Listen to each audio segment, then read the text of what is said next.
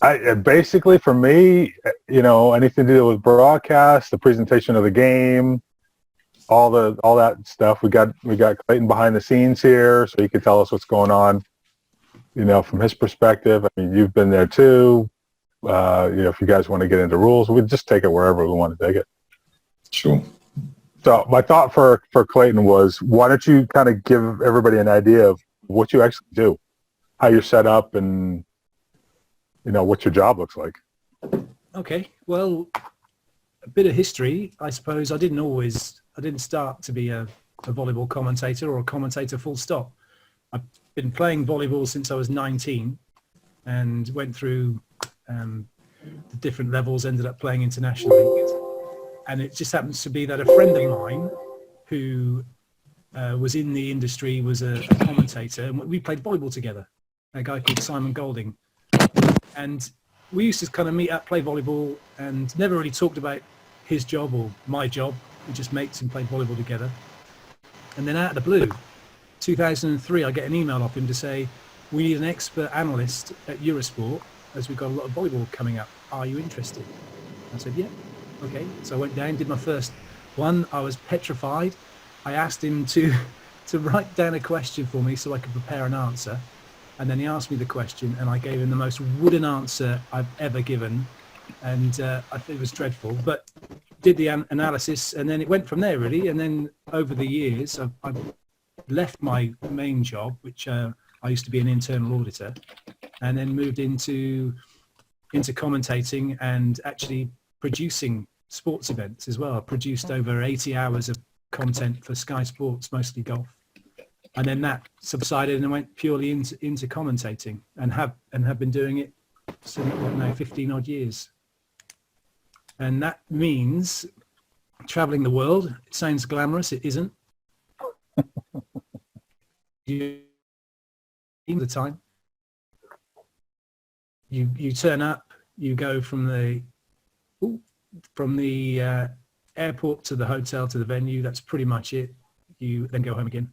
You don't get any time to do anything other than you're there, do the job and go.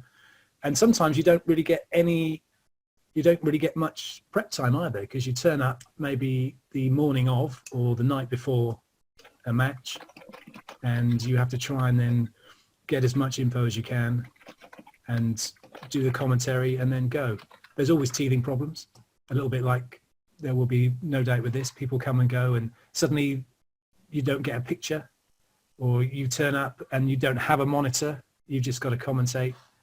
But obviously, when you've got a monitor, you can see what everyone else is watching and see the replay. Sometimes that doesn't work. You have to think on your feet quite a lot of the time. It's not all glamorous. There's no researchers. It's all the work is done by myself, and as Mark will attest to, when we were in Lille, it's what we know, what we can find out, and that means Mark was brilliant actually, because obviously he knows the players, knows a lot of the coaches, and was able to go and chat with them and get plenty of information. Whereas I find that a little bit more difficult to do because I don't know any of them, and I'm appreciative of the fact that they're there to play volleyball and they've got work to do, and they don't want some random person coming, excuse me. The only time I do tend to go and speak to them is just to be sure I'm getting name pronunciations right. I'll go and speak to a manager, somebody, and just say, do you mind if I read them out for you? Can you tell me where I'm right and wrong? And go from there. Just real quick, we've got a couple of people think you're a little bit quiet. Oh, okay. A little bit closer. How's that? Is that better? Hopefully that should be a little bit louder for you all. Yeah, let them know what you guys think. Okay. Mark, yeah. I think we're getting a little bit of static from your mic. It was actually off. Yeah, I don't know. Maybe you got something weird. Okay. Anyway, well, it's gone. Whatever it was. Okay. Actually, you just answered a bit of a question from Ian Gilbert, Clayton, about he wanted to know, how do you find out the correct pronunciation of difficult names? And Mark's smiling because it's been one of his jokes for a long time. Well, I know it can be it's the one thing that really if you can't get anything right, then certainly get the name right. That's, I mean, it's just disrespectful, isn't it? And sometimes, all right, my pronunciation is a little bit different, but I'll write it down phonetically. And if I really don't know, I will go and ask. I'll go and ask. If I can ask the player, I'll ask the player. And if not, I will ask a team manager, somebody to do with the team, and just quick. And that's the only time I will tend to interrupt them, because that's important, that I'm not disrespecting the players, not upsetting people. And that's the one thing that really does kind of upset people as well. Is, oh, you got the name wrong. You got my name wrong. So, yeah. Related to that, I know with some of the feeds, you talked about being in person at a lot of these events, but I know some of these feeds, they're not, the commentator is not at the event. They're going off of the live stream themselves, which obviously must be a very different experience from actually being in the arena. Very much so. It's different because I am now restricted to exactly the same as everybody else. All I see is what everybody else is watching. And so something happens and we don't get a replay, or the camera's missed it. We all miss it. Or you can see something, but the camera then doesn't go to, say, the referee or something else to indicate why something's happened. And that can be a struggle for commentators who don't have an expert analyst with them, and perhaps they're not that au fait with the game. Then they don't know what's going on, and that can come across. But when you know what's happening, or you see what's happening, you can explain it a little bit more. But you're just restricted, like we are now. We're just seeing exactly what's on the screen, and that is it. You're at the mercy of the camera operators, of the producer. The one thing that's happened last year, which IMG made a commitment to, and I think did pretty well actually, was they sent a producer on site to every round of the Volleyball Nations League and tried to coordinate so that all of the production was the same, to the same standard, the same graphics, and that the levels were high across the board. And for those of you, you watch a lot of volleyball around the world, and you'll see different productions, and it does vary. Some of it's world class, and some of it is Sunday League. Yeah, I mean, Mark, you can. When did you originate the volleyball drinking game, Mark? The great volleyball drinking game was from a Champions League Final Four. I don't know, off the top of my head, 2013 or something.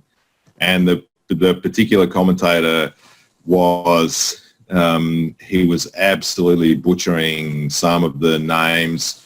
And the one that sticks out in my mind was One Ton Arena. So he got stuck on that. So for 2 days, because it was the Final Four, it was One Ton Arena this, One Ton Arena that. And so I wrote the volleyball drinking game that was, was funny for me. I never played their game because after that, Clayton did more games, and there was no need. Oh, you're too kind. Mind you, I can't help, every time I commentate on Juan Terrena, I can't help thinking of that every time I talk about him. Yeah. Well, the interesting thing for me is it appears, and Clayton, you can answer this, that some of these commentators clearly have other sports that are primary. For example, there was a guy one time I think it was one of the CEV competitions, who every time there was I think it was a reception, he would call it a takedown. And I'm just like, is this guy from wrestling? Where did this phrase come into our sport? Well, to answer, I think first and foremost, you've got, for the majority of commentators, they are multi-sport commentators. So they're professional broadcasters, and you're quite right. For the majority of them that do volleyball is not their first sport. You're very lucky in the States. You've got Karch, and you've got Kevin Barnett, you've got Paul Sunderland, who are experts in the sport, and then are also now professional broadcasters who give you, really treat you well and give you a really good insight into what's happening. Outside of the USA, in terms of having English-speaking commentators, there are not so many around. I've been in the game for 30 years. Simon Golding is another commentator who got me started, is commentating now on the VNL, has been commentating around the world on the beach volleyball events, and very knowledgeable, volleyball being our first sport. But aside from that, and maybe a handful of others of English-speaking commentators, it's just not there. So you've got guys who are professional broadcasters who don't know the ins and outs of the sport, don't know. In the same way that I commentate on gymnastics, I don't know a great deal about gymnastics, but then I don't try to, and I pretend I know about it. And I think that can be where commentators can fall down, is if you're trying to be knowledgeable in an area that you're not, those that know the game just then lose a bit of interest in what it is you're trying to say. Sure. First thing I'm thinking of is Googling gymnastics drinking game just to check it. There's something out there. But the thing, like as a viewer, if a commentator doesn't know the ins and outs and is not giving me tactical comments, I can live with that. But when they get the terminology wrong and they make up phrases, that's the thing that bothers me a little bit. Yeah, I can appreciate that, and I think from us as for volleyballers, once you're a fan of the sport and you've got someone there who knows the sport and is then broadcasting that to you, you sit there and you sit back and you almost forget what's being. We're like lift music at that point, and you can enjoy what you're watching and then not be put off by what you're listening to. And it's when you're knowledgeable and then you get irked by those things that it suddenly you lose a little bit more enjoyment of what's going on. And one thing we've been doing with the Nations League, the pre-Volleyball Nations League meeting, all the commentators were invited to sit down and go through things like terminology and ask them about areas they're unsure of. And then myself and Simon were there to give them information to help them through, and so that they can be more comfortable in what they're doing. And then that also then makes it hopefully more enjoyable experience for everybody watching. Sure. Real quick, Giannis asked in the chat, proper pronunciation of libero. Librarian, isn't it? Wow, I don't think there is one. Is there? Libero, each their own. What do you think, Mark? I think as far as I know, the word is an Italian word, or it comes from Italian, in which case it's libero. But, I personally don't like libero, just for whatever reason. I don't know if there's a valid reason for that, but so when I said it that way in yesterday's conversation, you got a little a little twinge. You know what? There are more annoying things going on in the world right now than this is true. And libero. Honestly, personally, I don't like it when people call it bro, which Karch does. Karch seemed to have started this. Bro. I'm like, there's no BRO in this word. There's an actual syllable between the B and the R. But it's Karch. People follow him. Maybe if that's what he calls it in his gym, then fair enough, I guess. All right. So we got a couple of these questions from Mark Perkins. First for Clayton, what's the greatest game you ever called on and why? You've had a chance to think about this. I have actually had a chance to think about it, and there are two matches that spring to mind. So the greatest beach game that I commentated for me was the World Championship finals in 2015 in The Hague, the men's final between Allison and Bruno against Varenhorst and Numador. It went to the third and deciding set, and there were match point opportunities for both sides. It ended up with a victory for Brazil, 22-20. It was just an incredible game. From halfway through the third and deciding set, I was stood up commentating. I was completely lost in what was going on and just almost a fan with everybody else and getting probably a little bit too overexcited, but absolutely brilliant game to watch. The level was really high. You could see that the nerves were affecting both teams and some mistakes were going on, but just at the heat of the moment, it was a packed pontoon, which it was played on, I think, in front of the Parliament building in The Hague. Just an incredible game of beach volleyball. And then for indoors, for me, it would have been the Olympic Games, the men's Olympic final in London. I was commentating that as a co-commentator for the Olympic Broadcast Service and sat in a booth. So even though we were on site, we're at the Broadcast Centre in London and watching on a monitor, and Brazil 2-0 up and thinking they're going to cruise this.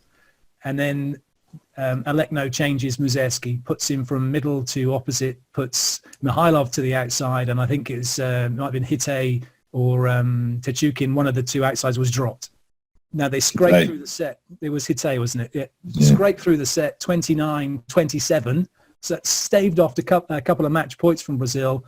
And then it became the Muzersky show. 31 points, and they beat Brazil 3-2. An incredible game. And I remember there at the end of the second set, and I'm looking at the lineup for the start of the third set, and I'm thinking, that's not right. There's 3 middles on court.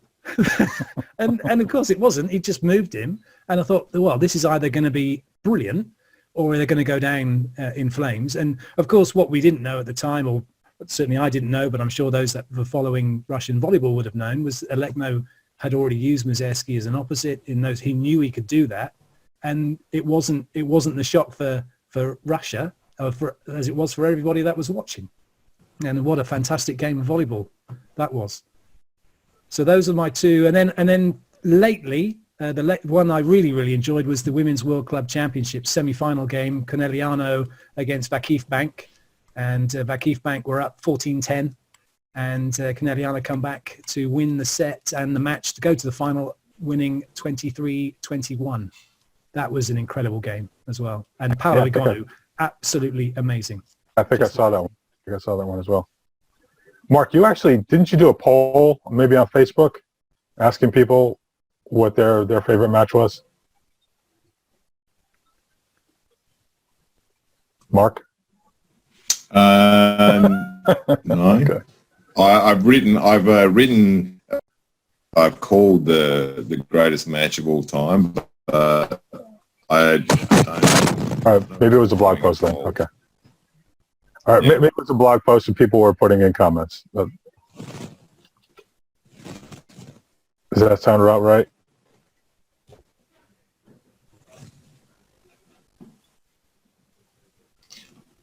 I missed that. My connection's not very good. It might have been a blog post, and then people were filling in their own thoughts in the comment section. So what did you post as the best one? The most common greatest games of all time are the 2012 final, the 96 final men's game between Italy and Netherlands that went 16-14 in the fifth, and the one that I add to that I don't know if it's really that widely known or understood or whatever, is the 1985 World Cup game between USA and USSR, sort of right after the boycott, for the virtual Olympic gold medal, and with all of the backdrop of the boycotts and so on. And it was an amazing game that lasted 3.5 hours and back and forth and all the legendary players of the 80s playing all together. So those are the most famous games anyway. That one might be the first great international match that I ever saw. Oh yeah, that World Cup game. I do remember it. I remember how long it was. It's like this is going on forever, but it was great. It wasn't like you wanted to stop watching. It was fully engaging. No. No, it's can be. I've been going back watching some of those games, and some of it's can be a little bit grating. The game has changed so much. Yeah, a lot of high balls back then.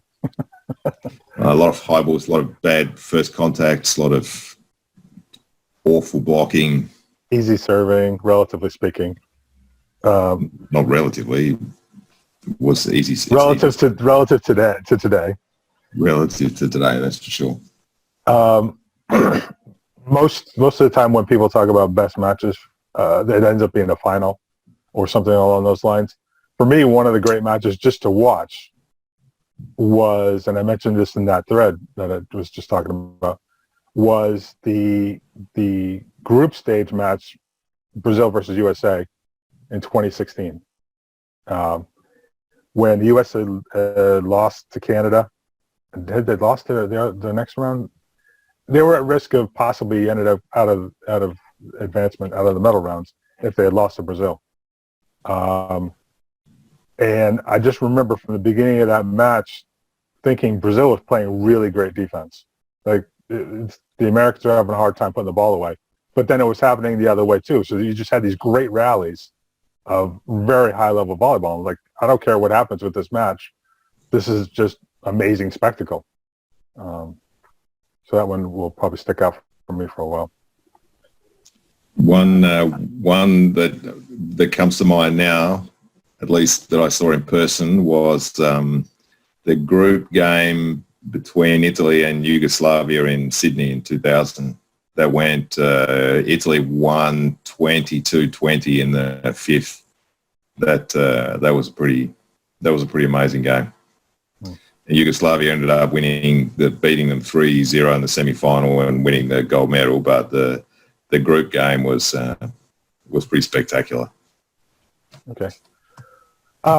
Clayton, getting back to kind of talking broadcast stuff, a lot of people debate camera angles. I guess that's probably the easiest way to put it. Should it be end zone view? Should it be sideline view? Should we find some sort of other angle? I think personally, the broadcast, the VNL broadcast anyway, lately, I've done a lot better in terms of mixing angles, especially on replay, which makes it a much better viewing experience than just strictly being mono view. What are your thoughts on the progression of there, where that might go, and what you've just kind of been exposed to in terms of good angles, bad angles from a production side? Well, bad production looks like the Blair Witch Project, makes you feel sick. And I think that can be the worst thing as a viewer when you're sat and camera number one, the main camera that's side on, is doing this. You just feel ill as a viewer. And that's something, again, when you look at the standards of production. But it's the one thing that we are used to. It's the one thing that we've grown up with. Watching volleyball has always been that side-on view, camera one, quite wide, camera two next to it goes in a bit tighter. And then the two cameras on the floor. Those have been predominantly those four views of what's happening. And then they would introduce the end camera on the jib, give us a little bit of a moving shot. And the one thing, it was funny enough, you mentioned about the camera angles. When I did I think it was the last World League finals in Curitiba, and the producers from IMG who were about to become involved, and it was going to change to the VNL, and they come up, said hello, introduced themselves, and they'd never seen volleyball before. And they asked me the question, on the side, why is it not filmed like tennis from the end up? Because what they did was they sat and watched it from the side. They actually sat all around the venue looking at what they felt was the best view and where they were getting. So immediately they were looking at the cameras that were there and thinking to themselves, is that the right place for the cameras to be? And what you will have seen, as you mentioned, the VNL coverage, there is much more use of the end on camera. So we might actually have it for a whole rally and see how things play out. And then and then in slow-mos and in replays of different things going on. And they've toyed obviously with the camera on the net, which looks a little bit, suddenly you see someone coming, whoa, and it's novel. It's nice that they're experimenting with these things. And the one thing that I've found from being at venues and watching volleyball, and I've said it in broadcasts as well, is if you can go to a game and you've got the chance to do so, then at least watch one set from the end of the court, slightly high up, because it will completely transform what you're seeing from what you're used to seeing. The one thing that doesn't come across, I think, traditionally when we're watching volleyball is the speed of the sets out wide and the pace of play. And then suddenly when you're sat there watching it and it's like, oh, almost your head doesn't even keep up with the speed of that ball out wide or the speed to the middle. We kind of lose that a little bit, I think, from the side-on view.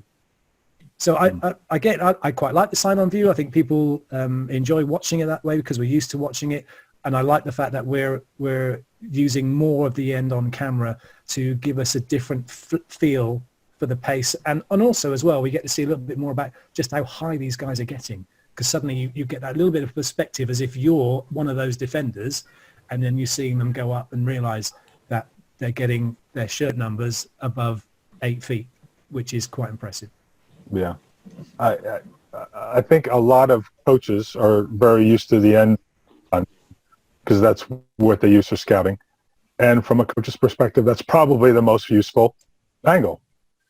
And actually, one of the funny things is if you ever go to the AVCA convention in December and get tickets to the semifinals and the finals as part of that package, they put all the coaches in the end.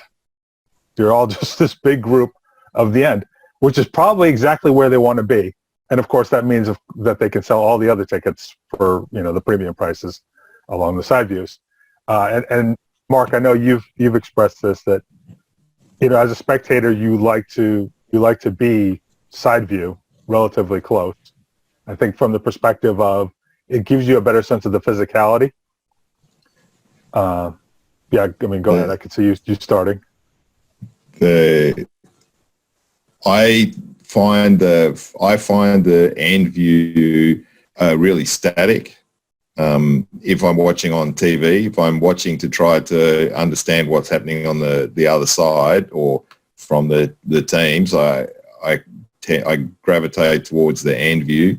But the end view, especially if you're a little bit higher, for me, you lose a lot of the dynamism and the speed and of how the ball travels back and forth. So the speed of the attack. You see the set, the speed of the sets, but you don't get the same feel for the speed of the attack. And the only way you really get that is being right next to the court on floor level, which is not possible. So or not practical anyway. Coaches would be upset.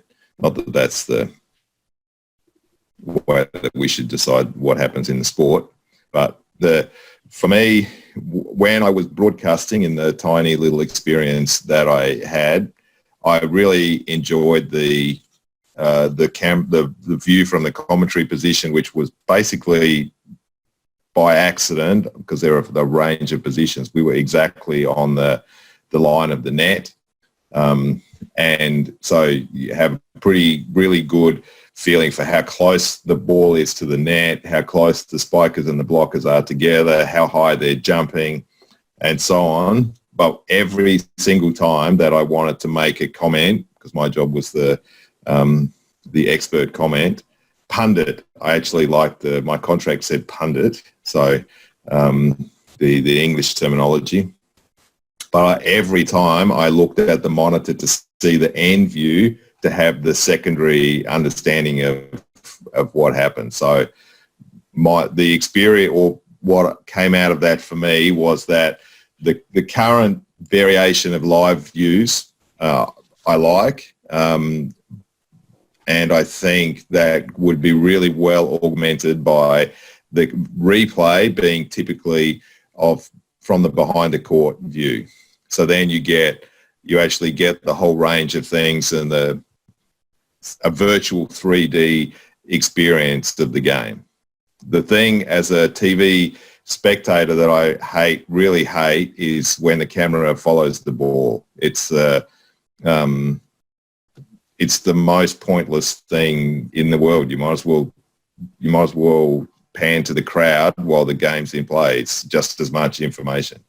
You can't see any of the players. You don't know what they're doing. Great, the ball's spinning or not spinning or whatever. So Clayton, at your next production meeting, watch the players, not the ball. Sorry? I've made a note. It's going in. All right. Well, along those lines, we've had ref cams at VAL and perhaps other places. Have we ever discussed having coach cam? Nobody discussed it with me. I mean, we have the microphones we have microphones really close by in timeouts and so forth. And as a coach, I'm always paying attention to where the microphone is and what I can and can't say in which moment. Coach view. For me, the coach's view is the next to the court during the match, so that whatever it is, 2 meters, 1 meter from the court, that gives a completely different perspective of the game, and that's the perspective that I'd like everybody to feel, is when you're right next to the court, how dynamic it is, how high they jump, how hard they hit, the sound of the ball when it bounces off the libero's chest or somebody's face at the net. Those are all things that get lost in the broadcast, and I personally think they would make a difference in the way spectators saw and understood the game. It's certainly the one thing that you don't appreciate until you go and watch a game live at that level, at the level that Mark coached at with the international teams and the pro teams, is you don't, until you go there and you do see the likes of Lizinets going up and putting his hand through the ball, and you're thinking, I do not want to be anywhere near that. And Mark, you made a comment to this on one of your blogs as well about the visceral, the blood and guts Visceral of the game. Good word. Yeah. And it really does come across. I did my first ever handball 2007 World Championships in Germany, and I watched Russia play against Germany, and I was in awe of the physicality of what's going on. It was huge guys smashing into each other, throwing this object at each other from within inches of each other, and really trying to do each other some damage. And the same happens in volleyball at that level. You're trying to do some damage to the other team. It's really, really physical, and that doesn't come across at all in the TVs. Which I don't think that it's something that is easily fixed or even possibly fixed, but it's just a fact. Mark, you have to share what Anita said to you at last year's Champions League finals. The difference between the men and the women. Oh, I'm not sure that I should share that at all. I thought it was brilliant. I thought it was a brilliant assessment of the difference between the games. So the background is that I went with my family and my wife to the super finals in Berlin. And we watched the men's and the women's games one after the other. And my wife is not a volleyballer or indeed a sportsman, and it has no interest in any of it at all. So the only contact she has or wants or needs with sport is the one directly related to me.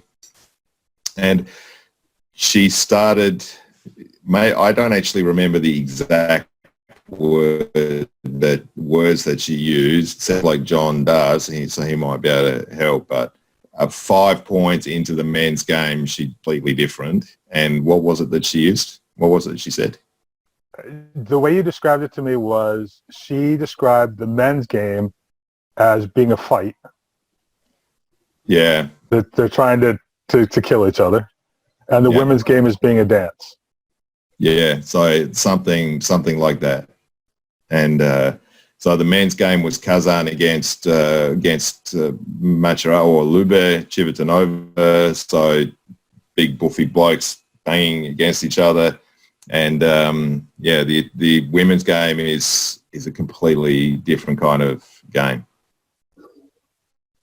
The one thing, in fairness, I should say, we had one day watching TV when we had a Italian league game on and then a Polish league game, and she said that the Italian league game was completely different from the Polish game. The Polish game was competitive; they were fighting against each other, and the Italian game was all for show. It was a show. So interesting. Cultural divide there, perhaps. It can also be the broadcast. The Polish broadcast the games in a completely different way, so that can make a difference as well. Well, that actually brings up another point that's kind of been in discussions that I know, Mark, you and I have had, and I'm sure you've had with others, is the idea of volleyball as entertainment, which some people look at it as, and other people don't even bring that into the equation.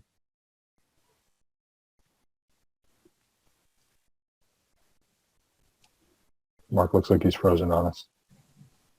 I think I'm back again. Oh, yeah. Did you hear what I said about the volleyball as entertainment? Yeah. And how we should approach it from that perspective?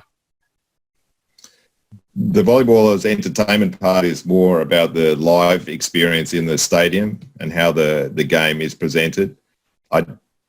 It probably doesn't make that much difference in the TV.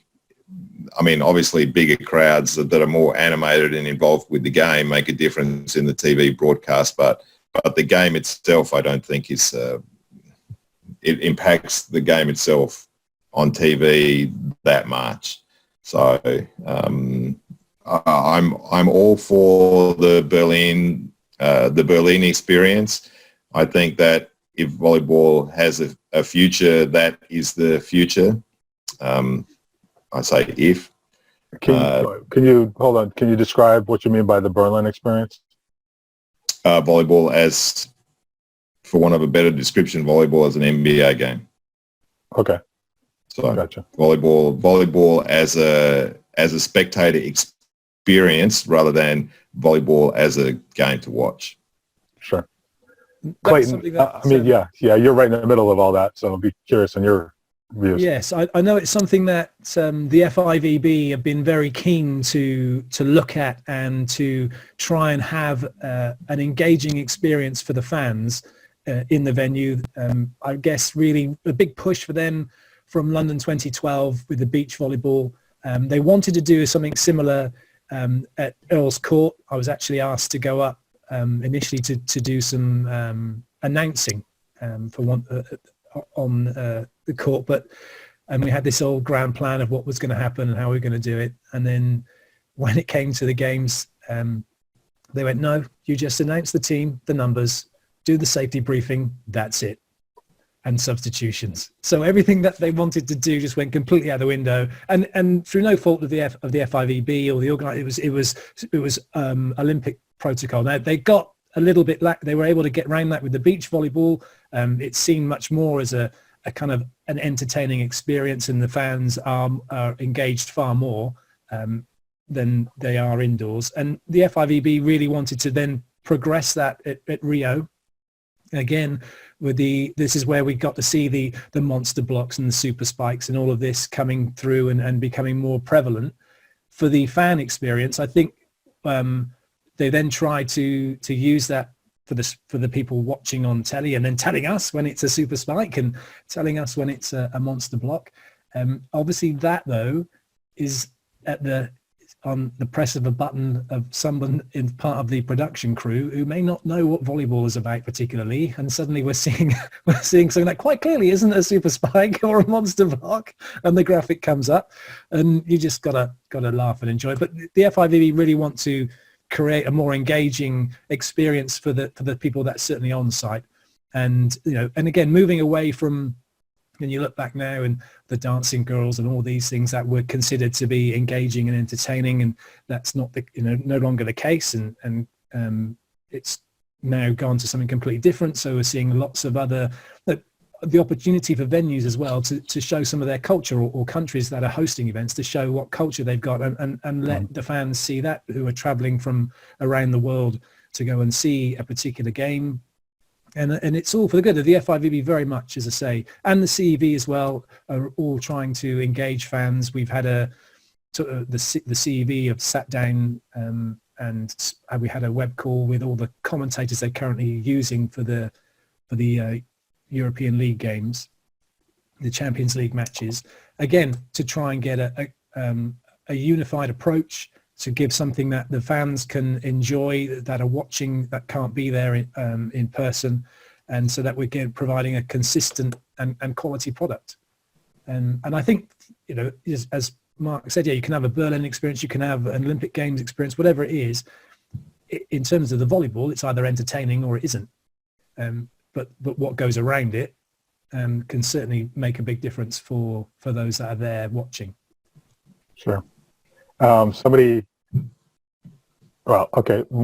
Perkins asked, directed the question to me, but I'm going to open it up to everybody.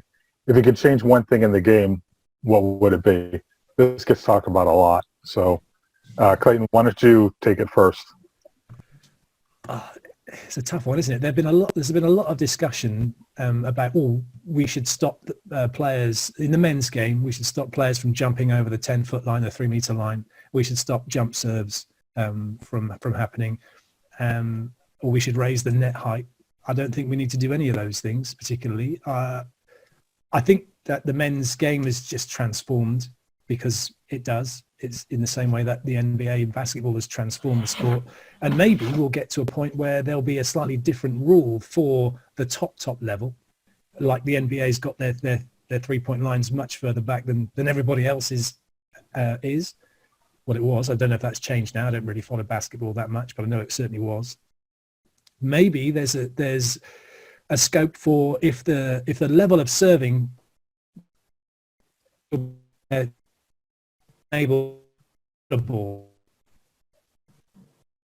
In on one of your blogs, you talked about actually adhering to the rules properly, which would change the way the game is being played if the referees called rotation faults and dealt with the actual rules of the game. But there might be, the one thing I thought about and thought might be something to consider is, in the way that the coaches had the dotted line where you couldn't go any closer to the court, is maybe putting a dotted line on the baseline, and jump servers have to take off from behind that dotted line.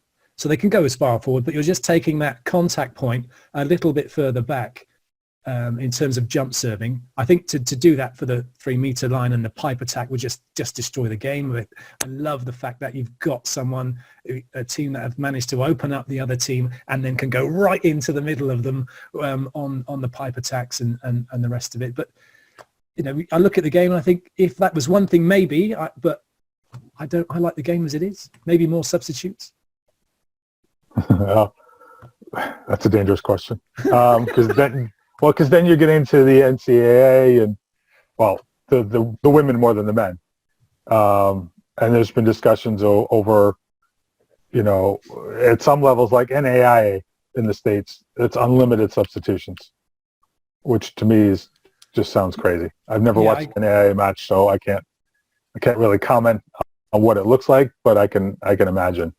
Yeah, we don't want to go to the point where you're just going to end up. And again, that was something that was discussed at one point, I think, by the FIVB. They were looking at different ways forward, but you'd end up, if you did something like that, you'd end up with just specialists in a position doing one thing, wouldn't you? You wouldn't have volleyball players. We already got to a point of specialization now where your middle blockers are just blockers, hitters, and sometimes servers, and if they're lucky, a defender.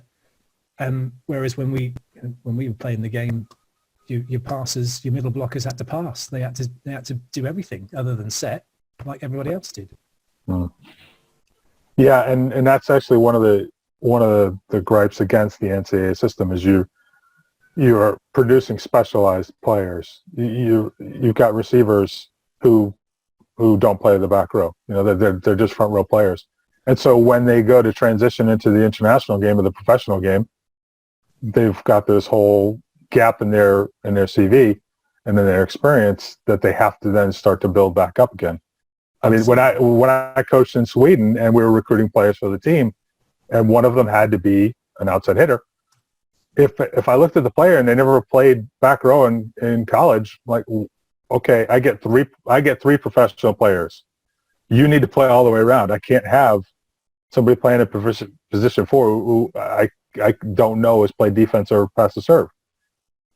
Well, take as a classic example of that, and looking at the NCAA and women's volleyball, Feluke Akinradewo, one of the best middle blockers of a generation, couldn't serve for toffee at that level. It's just you can see her going through the processes of how to do a jump float serve, not going through where I'm going to put this ball and how I'm going to take you on. And that, again, because you've got, as you say, you've got, and you know, Karch has got problems coming through with a whole bunch of middle blockers who don't serve and are having to learn to serve, and certainly having to learn to serve at a very different level. Yeah. All right, Mark, what would you change? Changing one thing about the game is not the same question as rule changes to rules. So the question.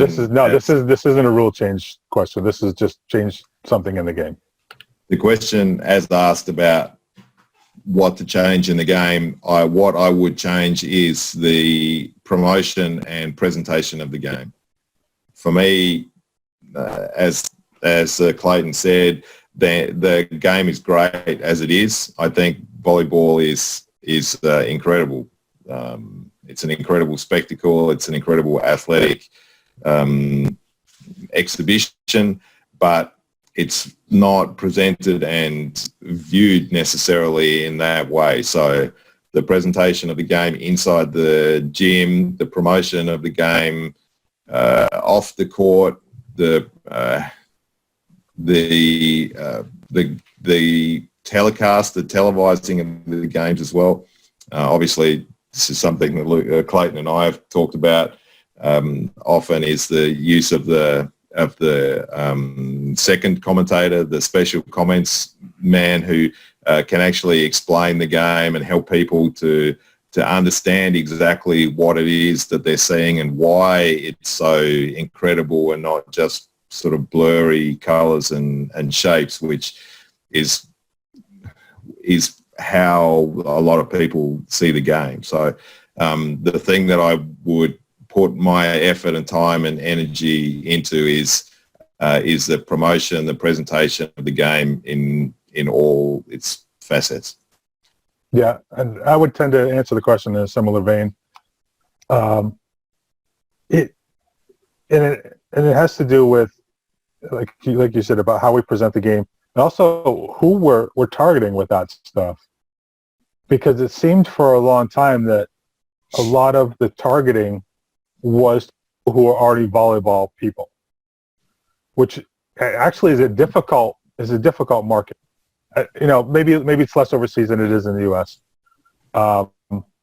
It's a difficult market to actually target participants to then become spectators, because those are not necessarily the same demographic. So I think I'd like to see more from what you might call the business side of volleyball, that looks deeper into who they're actually marketing to, and trying to either bring in as spectators in the arena, or trying to attract to the live streams and things like that. And actually, tomorrow I've got a conversation with a coach here in the States who's involved in the marketing side of things at the college level, and his college is one of the most well attended in that division. So I'll be curious to get his ideas on how do you do that, at least from a spectator side of things, and attracting them and keeping them engaged. But I would just like to see us, and Mark, you've used the term professional in this regard, and how clubs and broader organizations actually treat the sport, not as something that they do, but something that they actually take seriously and treat as a legitimate venture, not just as some side thing that they're involved with. That's a pretty good description of how I see it, how I think about it. If you want other people to take it seriously, the first thing that you have to do as a participant is to take it seriously. And how you prepare, how you present yourself, how you present the sport, how you talk about it, all of those things are really important. And that's something that I try, that I would like coaches to understand too, is that the way that coaches prepare, present themselves, the sport is actually an important part of growing the game. # grow the game, and it's important for the future of our sport. But obviously, part of that is our individual, personal futures as professionals who need to eat. Along those lines, Clayton, what advice would you offer to coaches in terms of how they can present themselves, be it in the interviews before or after matches, in any sort of interaction with the media, that sort of thing? I think that the American teams are brilliant, absolutely brilliant at it. Have got so much time for the press, so much time for the fans, so much time for people in general. They are genuinely, it seems to me, I don't know whether they have some specific media training part of the national team, but of all the teams that I've met and I've had dealings with, they've always seemed to have time for you. They've always got a smile. Classic example, Dustin Watton, the libero, librarian for the USA. I went up to him, he was stretching after a game, and I went up and just had a quick chat, said he had a brilliant game. I said, would you mind signing this poster for my son? He's a really big fan of yours. He said, sure, what's his name? And he wrote this wonderful little monologue on there for him. But they were all like that. Feluke Akinradewo signed two posters for me as well. I know I'm in a bit of a privileged position. I was able to go into that. But having said that, when she came out from the World Club Champs, or that she was playing at the time in Kobe, in Japan, was stopping for photos for everyone. Did she leave out? Whereas other teams become, classically, the Russians all pretend not to speak any English, will not give you an interview, even though the rules state that they have to provide somebody for an interview. It's like trying to herd cats. They're dreadful.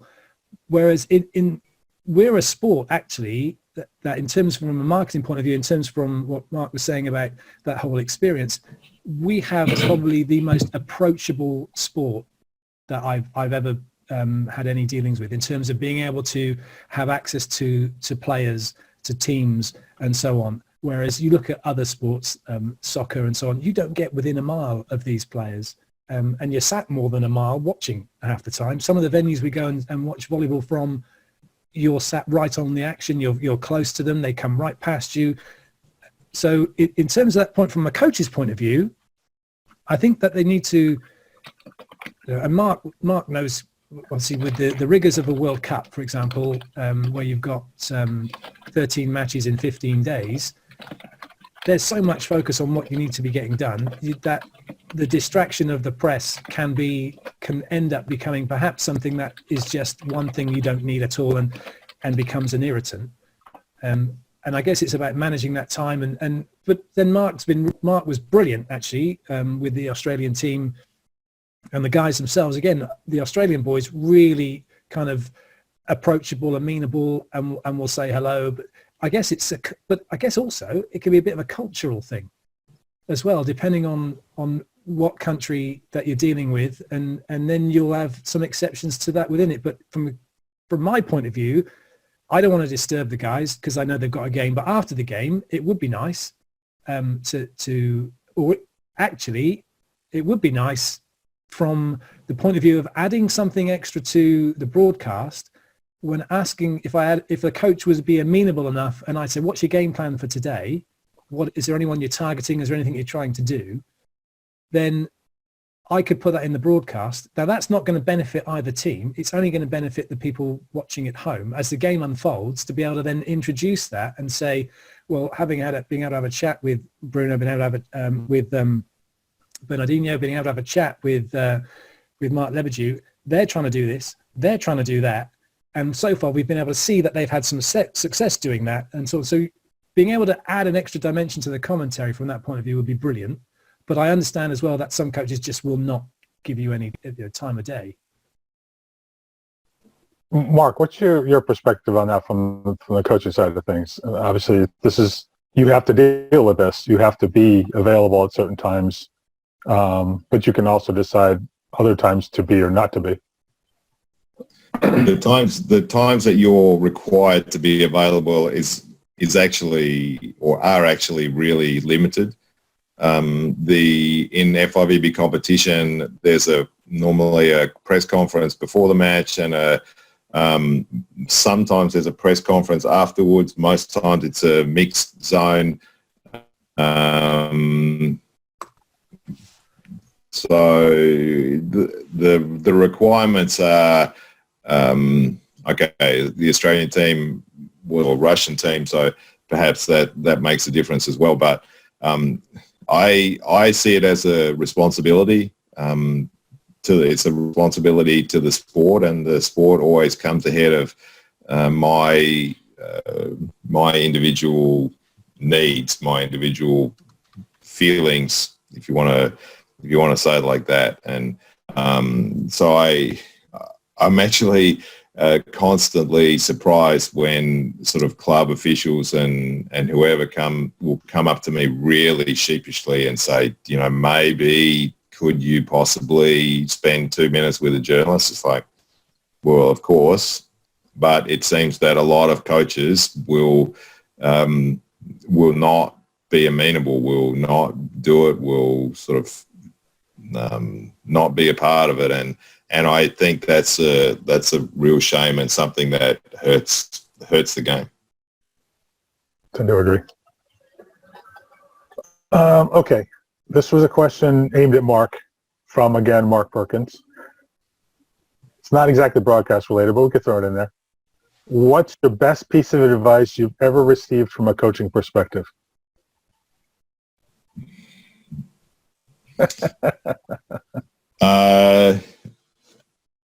I don't really. There's not really a single piece of advice that I can really put out or put up that I received. My coaching advice has come in so many different forms and so many different environments that nothing really stands out. So I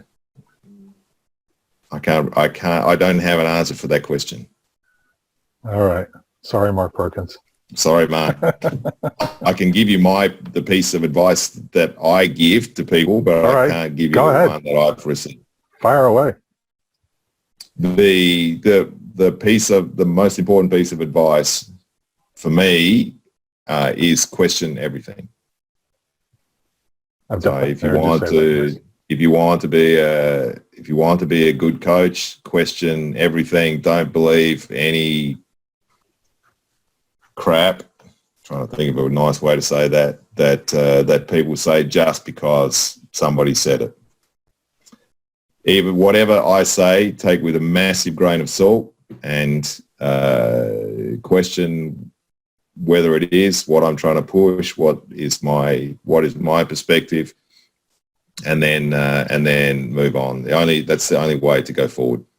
Just like I did in Lille with you as my expert analyst. Every time you made an insight, and I'd give you that look.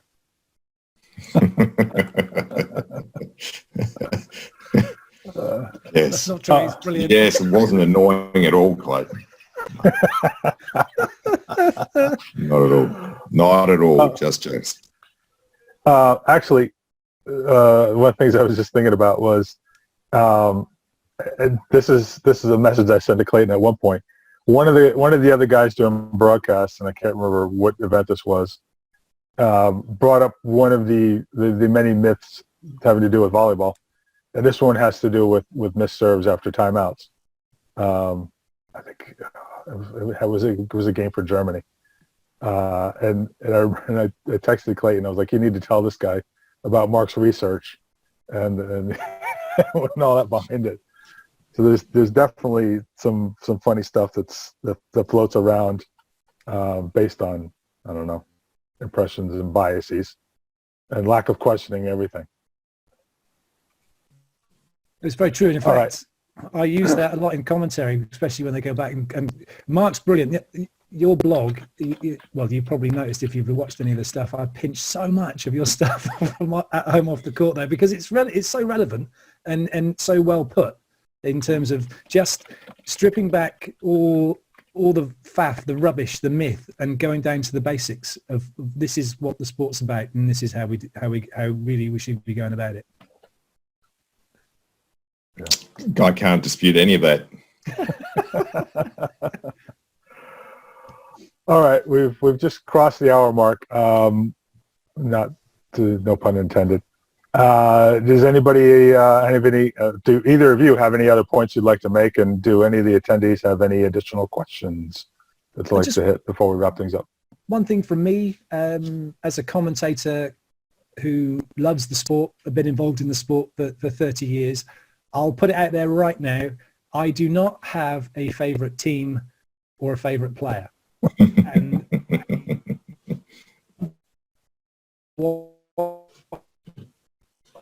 watching great sport, I love visual actions, and I love watching a player who's on fire and having a brilliant game. And it fascinates me to no end when, and obviously a lot of stuff gets put out on YouTube afterwards, and then you see in the comments, biased commentator only supporting this team, only supporting that team. And I'm thinking, well, I'm not.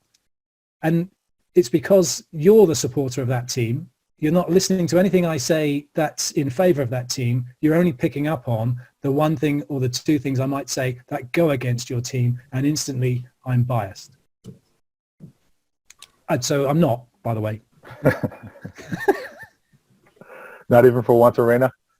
No, maybe Paolo Egonu. I thought she's changing the way the game's being played at the women's level. And you talk about you said earlier about a fight and a dance.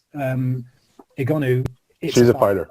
She's definitely a fighter. And we're seeing those getting up, Boskovic, Brakatrevich. These guys are just incredible athletes. Mm. Anything from you, Mark? Nothing extra. Thanks. All right. Yeah, thank you for having me. Yeah. Thanks for joining us, and thanks for everybody for showing up.